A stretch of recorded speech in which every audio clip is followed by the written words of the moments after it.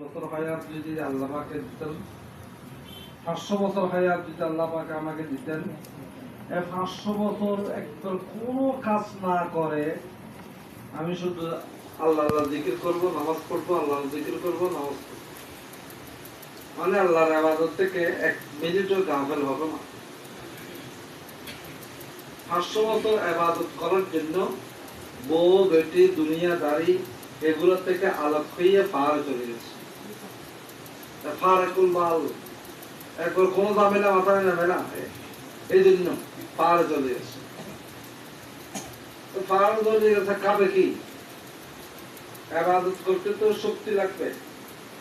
ও আল্লাহ, 12 তসবিহ জিকির করছো না, শুরু করছো না, 12 তসবিহ জিকির করতে মাথার দেমাগ হালকা হয়ে যাবে, এরকম জিকির এটা। এই জন্য মুকব্বি জিনিস খাইতে হয়, দেমাগ পোক্তা দেওয়া হয়, এরকম মুকব্বি জিনিস যে সমস্ত জিনিসের দেমাগের কুওয়াত আনে, এগুলো ডাক্তারের কাছে বহুত।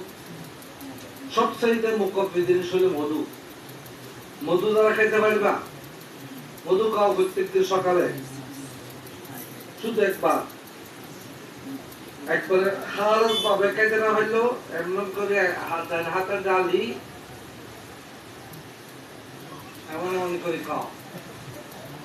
আর যদি এমন করে খাইতে হবে বেদুল লাগে, 1 গ্লাস পানির ভিতর কয়েক ফোঁটা মধু যতটুকু পারো মধু পানির ভিতর দিয়ে পালার মধ্যে গুলিয়ে শরবত খেয়ে ফেলাম।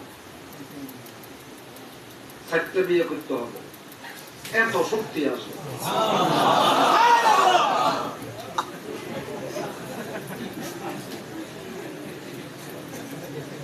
দেমাগের মধ্যে শক্তি আসবে, মধুর জুরাতুন নাহাল আসবে, এই জুরাতুন নাহাল মধুর ফাওয়ায়েদ বয়ান হবে সেখানে। আর আমরা তো সবসময় খেজুর খেতে পারবো না, খেজুর আমাদের খাদ্য এরকম না, দাম অনেক, কিন্তু আরবিরা খেজুর খায় বেশি। খেজুরের মধ্যে এমন শক্তি না, মধুর থেকেও শক্তি বেশি। এই জন্য শুনছি যে আব্দুর রহমান সুদাইস মক্কার হারম শরীফের ইমাম সাহেব, মদিনা শরীফেরও ইমাম সাহেব, দুনো মসজিদের তাকে নেতা বানিয়ে দিয়েছে, সত্তার বানিয়ে দিয়েছে, মুশির আজম। দুনো মসজিদের ইমামে মশওয়ারা করে নেবে যে আব্দুর রহমান সুদাইসের থেকে শুনছি। আর কথা হাকিক আল্লাহ আল্লাহ আলাম, এই সুদাইসের কাছে বলে 27 জন ছেলে আছে, ছেলে 27 জন,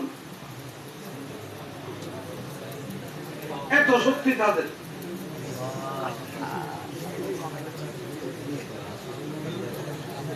কারণ ওদের কোন মেহমানদারি, ওদের কোন যে কোনো মেহমানদারি খোরমা গাওয়া, আর কোন মেহমানদারি নেই। আমাকে সৌদি আরবে দর দিছে, সৌদি আমার ছেলে ছিল সেখানে, আর তখন